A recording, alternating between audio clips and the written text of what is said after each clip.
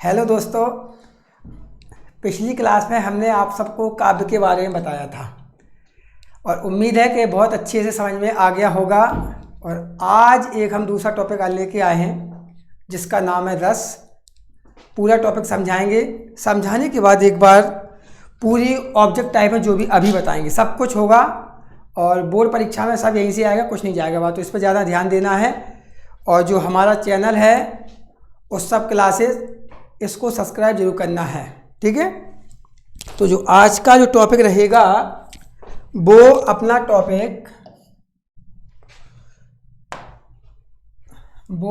Topic रस से relative है, रस से संबंधित है। पहली बात है कि ये जानेंगे रस होता क्या है। सबसे पहले रस पढ़ने से पहले ये जानेंगे कि रस ये होता क्या है। बता दें, रस का वैसे वास्तविक अर्थ होता है वो आनंद होता है। क्या होता है? आनंद। और अपन जब भी कहीं किसी से भी आनंद प्राप्त करते हैं तो लगभग 3 प्रकार से करते हैं। 3 से कोई चौथा प्रकार अगर हो तो हमें एक बार कमेंट में जरूर बताना। एक तो होता है किसी चीज़ को देखकर, एक होता है किसी चीज़ को पढ़कर और एक होता है किसी चीज़ को सुनकर। ये सब मैंने बताया और मेरे पिछले जो स्टूडेंट थे उन्होंने ये भी कहा है सर सोच कर, ये कर कर वो कर कर। क्या सोचेंगे? जो देखा होगा वो सोचेंगे, जो पढ़ा होगा वो सोचेंगे। तो हम अपनी भाषा में कह दें केवल 3 प्रकार से रस के जो आनंद प्राप्त होता है। 3 प्रकार के वे नहीं है रस, और जो रस के अंग हैं ध्यान देना, अंग होते हैं 4। कितने अंग होते हैं? 4। पहला होता है स्थायी भाव, दूसरा होता है विभाव, तीसरा होता है अनुभाव और चौथा होता है संचारी भाव। संचारी भाव का एक दूसरा नाम और होता है, हम बताएंगे।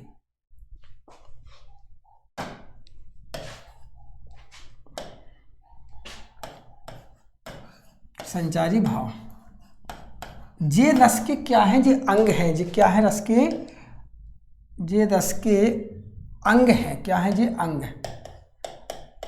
एक एक ओटी क्लियर होगी, ध्यान करना है, ठीक है। रस के अंग होते हैं 4। कितने होते हैं रस के अंग? 4। और रस के भेद की बात हो जाए या प्रकार की बात हो जाए तो 10 होते हैं। कितने होते हैं? 10 होते हैं। और जो स्थायी भाव होते हैं इनकी संख्या होती है 10।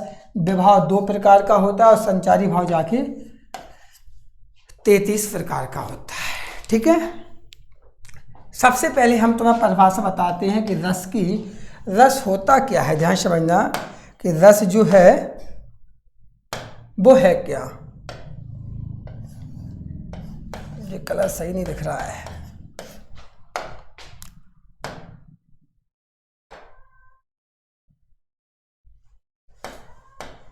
जो रस है वो है क्या, पहले जी बताते हैं। हमने ही बता दिया था कि रस का वास्तविक अर्थ आनंदी होता है। और अपन आनंद कितने प्रकार के से प्राप्त कर सकते हैं? लगभग 3 प्रकार से कर सकते हैं। और 3 चीज़ें क्या होती है बता दे रहा है। पहले एक होता है किसी चीज़ को देखकर, और जो अपन देखते हैं वो देखने वाला कौन होता है? दर्शक होता है। कौन होता है देखने वाला? दर्शक होता है। एक हमने बताया था किसी चीज़ को अपन पढ़कर, और जो पढ़ने वाला होता है वो कौन होता है? जाके पाठक होता है। एक होता है किसी चीज़ को सुनकर, और जो सुनने वाला होता है वो कौन होता है? अपना श्रोता होता है। तो यहाँ से हम तुम्हें रस की परिभाषा बताते हैं। ध्यान देना कि जो रस की परिभाषा होती है वो परिभाषा है, ध्यान से सुनना, वह काव्य जिसे देखकर दर्शक के मन में, जिसे देखकर दर्शक के मन में, सुनकर श्रोता के मन में और पढ़कर पाठक के मन में जो आनंद की अनुभूति होती है उसे हम क्या कहते हैं? रस कहते हैं। काय की परिभाषा है? रस की परिभाषा। वह काव्य जिसे देखकर दर्शक के मन में, सुनकर श्रोता के मन में और पढ़कर पाठक के मन में जो आनंद की अनुभूति होती है उसे हम क्या कहते हैं? रस कहते हैं। उसके बाद हम आते हैं स्थायी भाव पर। स्थायी भाव क्या होता है? ध्यान समझना, सहृदय के हृदय में जो स्थायी रूप से सुप्ता अवस्था में रहते हैं उन्हें हम स्थायी भाव कहते हैं। यह अपने अपने रसों के जनक होते हैं और इनकी संख्या कितनी होती है? जाके 10 होती है। उसके बाद आता है अनुभव। समझ लो पहले क्या है अनुभव। अनुभव सुना होगा, अनुभव। किसी चीज़ का अनुभव करना। तो अनुभव की परिभाषा है मनुष्य की या हृदय की बाहरी चेष्टाओं को क्या कहते हैं, अनुभव कहते हैं। उसके बाद है संचारी भाव। संचारी भाव क्या होता है, ध्यान समझना। संचारी भाव क्या होता है, सहृदय के हृदय में उत्पन्न होने वाले अस्थिर मनोविकारों को संचारी भाव कहते हैं। मनोविकार, जो मन में भाव उत्पन्न होते हैं वे क्या होते हैं, संचारी भाव का एक दूसरा नाम होता है जिसे कहा जाता है क्या, व्यभिचारी भाव। क्या होते हैं, व्यभिचारी भाव होते हैं। इसके अलावा पेपर में एक क्वेश्चन और पूछा जाता है, कईयों बार आया, एक बार नहीं कईयों बार पूछा गया है, ध्यान देना।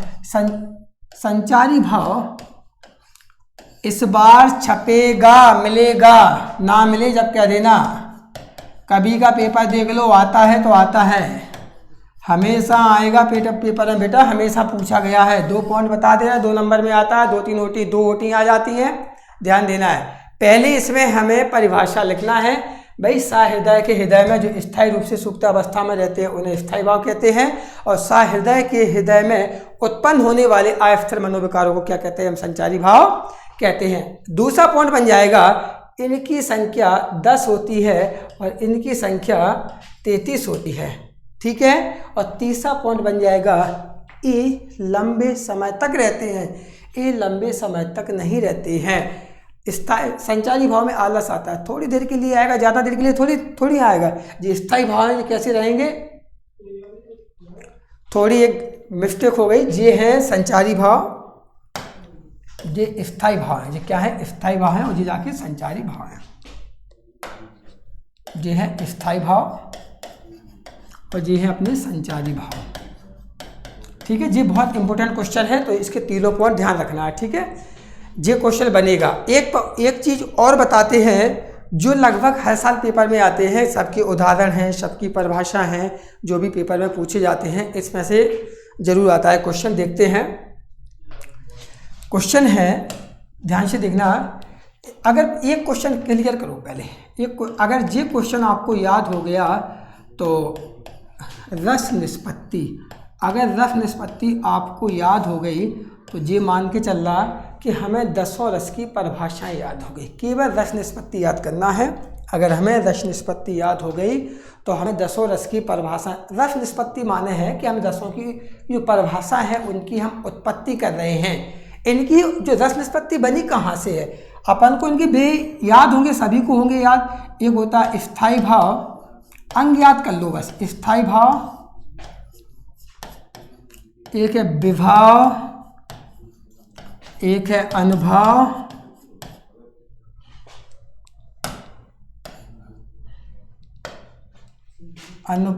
अनुभाव,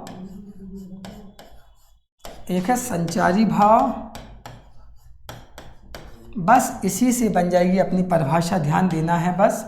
परिभाषा ये याद हो गई तो मान के चलना कि हमें सब कुछ याद हो गया। अगर जी याद नहीं हुई तो 10 रस में से किसी की भी परिभाषा नहीं होगी। केवल इसकी याद करो, बाकी जाके सबकी परिभाषा बन जाती है। कैसे बनेगी परिभाषा, सबसे पहले 10 के अंग याद कर लो, क्या होते हैं, स्थायी भाव, विभाव, अनुभाव और संचारी भाव। अगर जी अपन को याद होगी जाके पूरी परिभाषा बन। कैसे बनानी है परिभाषा, देखो पहले रस, हमें परिभाषा काय की बनानी है, रस निष्पत्ति की, तो अपन लास्ट में कह देंगे कि उसे रस निष्पत्ति कहते हैं, बस ये बन जाएगी। तो हम आगे लिखेंगे, ध्यान समझना बेटा सभी लोग। जब स्थायी भाव, यहाँ कावल लगाओ, जब स्थायी भाव का विभाव, अनुभाव और संचारी भाव से संयोग होता है, संयोग होता है, उसे रस निष्पत्ति कहते हैं, उसे रस निष्पत्ति कहते हैं। सही में आ रही कि केवल एक परिभाषा हमें याद करनी है, वही परिभाषा जाके हमारे 10 रसों की परिभाषा याद करवा देगी। अगली हम जो क्लास लेंगे उसमें लगभग सभी के तुम्हें उदाहरण बताएंगे। और जो हाँ बता दें एक जानकारी के तौर पर कि रविवार को यानी 9 तारीख को 12 बजे लाइव सेशन होगा इसमें लगभग सभी जो परीक्षा से संबंधित ऑब्जेक्टिव प्रश्न होंगे सभी पे चर्चाएं की जाएगी और पूरे प्रश्न बताए जाएंगे। लगभग उनसे पेपर में कुछ बाहर नहीं होगा, तो उस क्लास को लेना ना भूलें और जो भी आपके मित्र हो, दोस्त हो, सबको शेयर करना है। समय है इसके बाद ज़्यादा से ज़्यादा लाइव आना है, ठीक है। तो जी याद करना है काय की परिभाषा है रस निष्पत्ति की।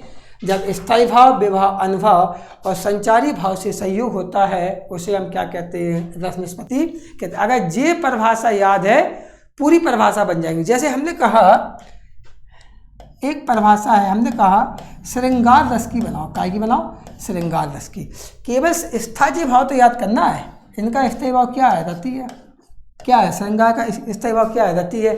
जब तुम्हें पता चल गया श्रृंगार का स्थायी भाव रति है तो श्रृंगार की परिभाषा अपने आप बन जाएगी। कुछ नहीं करना है बेटा, कुछ नहीं करना है। जब यहां बस केवल इतना देख लो, बस इतना देख लो, ज्यादा कुछ नहीं करना बेटा। जहां रति लिखा वहां यहां लिख दो बस, जब रति नामक, इतना करना और कुछ नहीं करना। बस केवल जब रति नामक, ज़्यादा दिमाग नहीं लगाने बेटा, सही हो जाएगा। यहाँ क्या क्या लिख देंगे? जब रति नामक स्थायी भाव, विभाव, अनुभाव और संचारी भाव से संयोग होता है उसे, अब इसकी जगह पे हम लिख देंगे क्या? उसे श्रृंगार रस कहते हैं। क्या कहते हैं? उसे श्रृंगार रस कहते हैं। कुछ नहीं करना है, केवल ये जो रस निष्पत्ति की परिभाषा है उसे याद करना है। उसे याद करने के बाद पूरी परिभाषा, हमने कहा इसके बाद हास रस की परिभाषा बनाओ। काय की परिभाषा बनाओ? हास रस की। ध्यान देना बेटा, हास रस, हास का जो स्थायी भाव होता है वो क्या होता है? हंसी। चाहे हंसी क्या लो, चाहे ध्यान समय। तो जो अगली परिभाषा बन जाएगी, हमें लिख के दिखा दे रहा है, जो अगली परिभाषा बन जाएगी तो हो जाएगा जब सही दिखा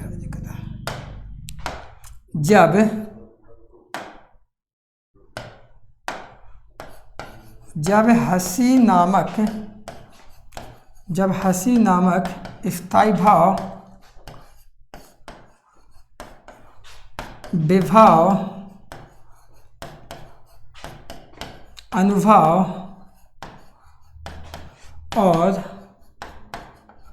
संचारी भाव से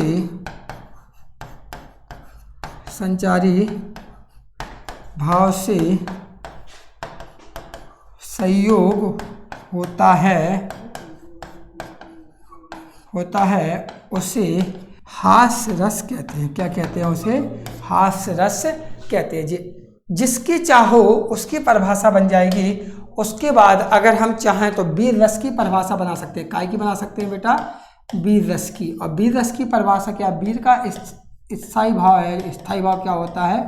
वो उत्साह होता है। तो यहाँ से भी परिभाषा बन जाएगी वीर रस की, जब उत्साह नामक स्थायी भाव, विभाव, अनुभव और संचारी भाव से संयोग होता है उसे हम क्या कहते हैं? वीर रस कहते हैं। इसी प्रकार हम केवल तुम्हें 10 रस के नाम और उनके स्थायी भाव बताते जा रहे। पूरी परिभाषा घर पर लिखनी है, अच्छे प्रकार से फेयर कॉपी बनानी है। जो भी इससे संबंधित ऑब्जेक्टिव हैं हम अभी उन पर चर्चा करते हैं। एक बार जो रस हैं उन पर हम बातचीत कर लेते हैं। रस क्या है, कितने प्रकार के उनके स्थायी भाव हैं, कॉपी पर लिख लेना। हम बोल रहे लिख नहीं रहे बोर्ड पर। पहला है जो अपना एक श्रृंगार है, इसका जो स्थायी भाव होता है वो होता है रति। दूसरा हास्य, हास्य का क्या होता है? हंसी। तीसरा करुण है, करुण का होता है शोक। चौथा वीर है और वीर का होता है उत्साह है। और पांचवा अपने पास रौद्र है, रौद्र का क्या होता है? क्रोध। एक भयानक रस है, भयानक का क्या होता है? भय होता है। एक भीभत्स रस है, भीभत्स का होता है जुगुस्सा या घृणा। क्या होता है? जुगुस्सा या घृणा। एक अद्भुत रस है, इसका होता है आश्चर्य, विस्मय, स्थायी भाव। एक शांत है, इसका होता है निर्वेद। एक वात्सल है और वात्सल रस का क्या होता है? जाके स्नेह होता है। ये अपने 10 रस हैं, ध्यान समझना है। सब बिल्कुल पूरी अच्छे प्रकार से फेयर कॉपी बनाना है। इम्पोर्टेंट है बेटा तुम्हारे लिए। और जाके हमेशा ये चीज़ तो हमेशा पढ़ाई में, जब तक आप हिंदी पढ़ोगे तब तक तुम्हें ये मिलेगी। अगर पेपर में पूछ लिया जाए, कई बार आए हैं बेटा, स्थायी भाव कितने प्रकार के होते हैं? स्थायी भाव खालिस्तान होते हैं, ऐसे पूछे जाते हैं। यहाँ लिखा होगा 10 होते हैं या 33 होते हैं या 2 होते हैं, जितने भी हो तो ध्यान से समझना है। जो अपने स्थायी भाव हैं, अभी हमने संख्या बताई थी, कितने होते हैं, 10 होते हैं। अगर आ जाए कि रस के अंग कितने हैं,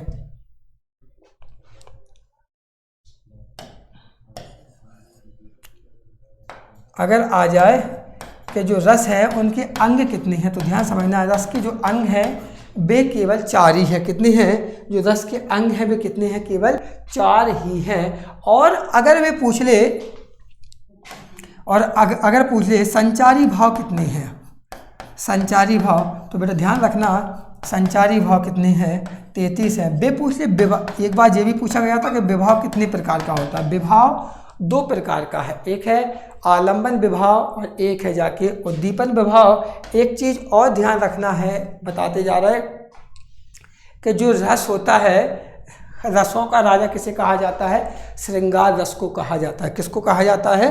श्रृंगार रस को कहा जाता है। एक और पूछा गया था कुल रसों की संख्या कितनी है, 10 है। जो भी हो ध्यान, और ऐसे क्वेश्चन आएंगे तो तुम्हें लिखना है। ऐसे कई बार पूछे गए कि बीज रस का स्थायी भाव लिखा होगा, बीज रस का स्थायी भाव खालिस्तान होता है। तो बीज रस का क्या होता है? अभी हमने पूरे बता दिए। बीज रस का होता है उत्साह, जो भी हो सबकी बताते जा रहे हैं। और शांत रस का क्या होता है? शांत का क्या होता है? जाके निर्वेद होता है। हमने सबके बता दिए, जाके लिख लेना।